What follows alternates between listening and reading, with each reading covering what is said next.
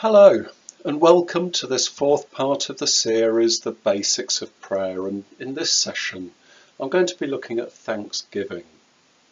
Now, if we're to pray with only a shopping list of things we want God to do, the chances are we will leave the shop disappointed. We haven't approached God in the way He has required. Now, I know about arrow prayers. And there's a good example of this in Nehemiah 2:4, when Nehemiah was before the king and had no time for any superfluous prayer.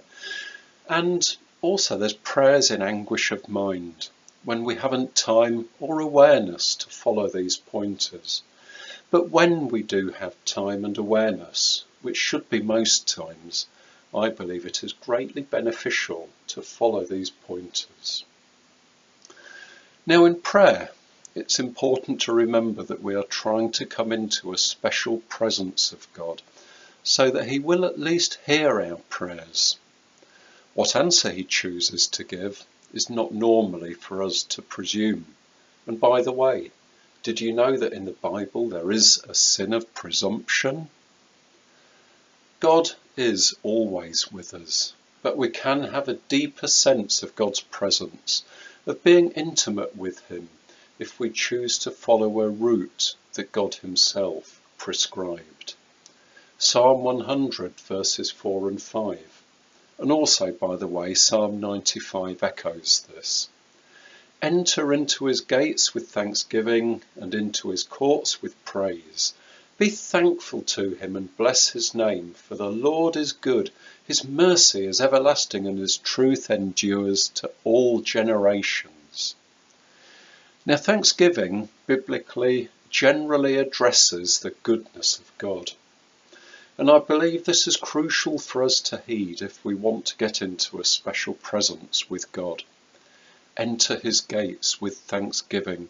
The writer of this psalm had in mind going into the heavenly courts through the gates of heaven, and the way we go through the spiritual gates is by thanksgiving.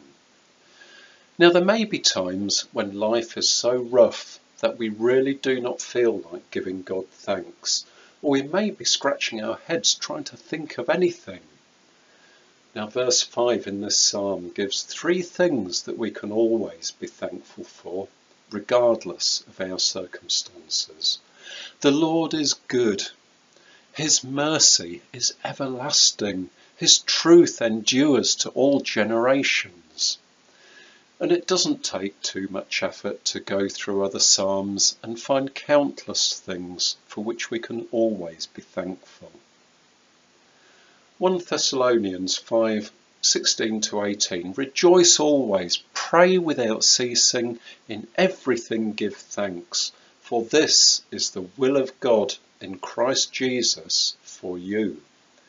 So if anyone ever asks the question, what is God's will for me? We have here the answer. Rejoice always, pray without ceasing, in everything give thanks. Now, it's said of Smith Wigglesworth, the amazing man of God, that he would not pray for more than half an hour, neither would he go for half an hour without prayer. And that is a good illustration of what it means to pray without ceasing. Now, in practical terms, this helps us to get our focus off ourselves and onto God. If you want to get into God's presence and all you're thinking about is all the problems that you want to bring to God, then that probably won't help. We need to be transformed by the renewing of our minds, as in Romans 12:2. And one aspect of that is to become more God-minded than I-minded. It doesn't come easily, but with God's help and by practicing, we can change our thinking. So having got through the gates with thanksgiving, we then need to get into the courts, and this is getting into the special presence of God. And we do it by praise, which we will look at next time. Thank you and goodbye.